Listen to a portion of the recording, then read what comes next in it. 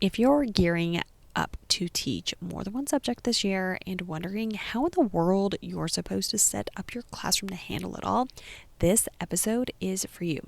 Because let's be honest, when you're teaching multiple preps, the room isn't just a room. It's your hub, your command center, your chaos wrangler.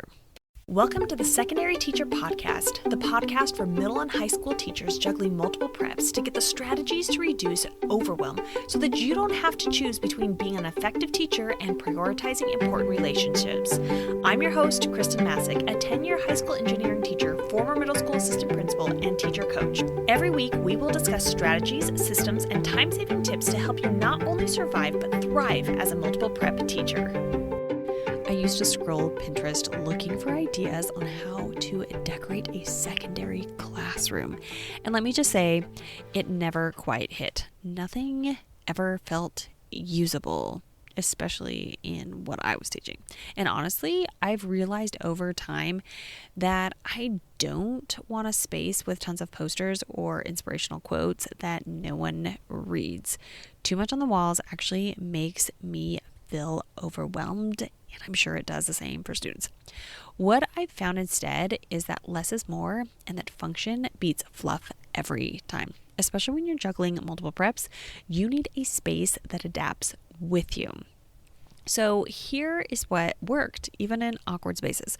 I've taught in a drafting room with massive 3-foot boards and a giant structural column, blocking students' views.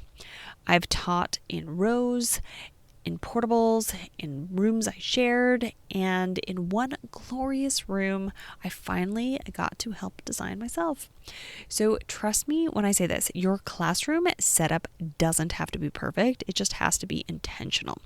The turning point for me was when I stopped trying to make the room look a certain way and started asking, what do my students need access to in order to be successful? So this is how it worked for me. It meant creating zones. A student zone with all the supplies, turn-in bins, and resources they needed, and a teacher zone with the stuff I didn't want students digging through. And within that space, I'd use the walls differently depending on the prep. One wall might be for architectural drafting, one for robotics, and one for engineering. But instead of posters, I'd use those walls to display exemplar student work.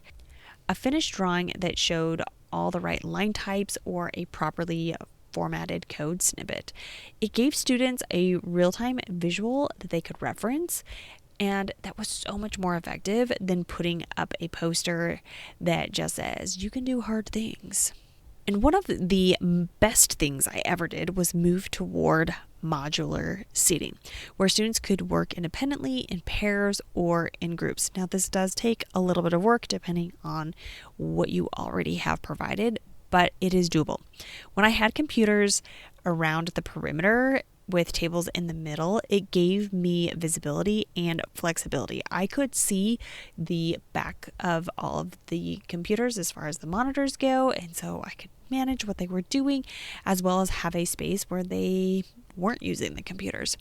It also meant that I could run a whole class direct instruction one period and a collaborative peer project the next without resetting the entire room. So here's a pro tip. Label the floor with colored tape. This is when you are going to be switching things up. Elementary teachers do this all the time, and it works. If the tables are on the yellow tape, that's one arrangement. Green tape, that's your group work setup. And even better, teach the students how to reset the room. You can make it a game during the first few weeks. Okay, robotics class or A1 just finished, and now we need to switch to engineering setup. Ready, go. And you could time it. You could also have those competitions between each of the different class periods and practice going to different configurations based on how you want your group work to be working. You don't need to do it all yourself. And don't forget, one setup can serve multiple preps. So if possible, I recommend finding a configuration that works across preps so you're not reinventing the wheel 5 times a day. Now that's if you're liking to switch things up like I like to do in my classroom. In one classroom, my first period would set up the room for the day, and my last period would reset it for the next if I was switching. It was a small routine and probably took about 2 minutes, but it made a huge difference in my energy and my mental load because, again, it's not about perfection. It's about having systems to support you. So the room works for you instead of the other way around. Want some help creating systems that actually work? Inside Multiple Prep Teacher Academy, we talk about repeatable routines, setting up your environment for success, and making sure that your space, physical and mental, isn't adding to your overwhelm. If you're not sure where to start with setup this year, that's okay. Begin with your student zone. Make sure they can find what they need without asking you 20 questions. If you want to take it further, come join me in the Multiple Prep Teacher Academy. It's where we take ideas like this and build them into your actual daily practice so your classroom can keep up with your real workload.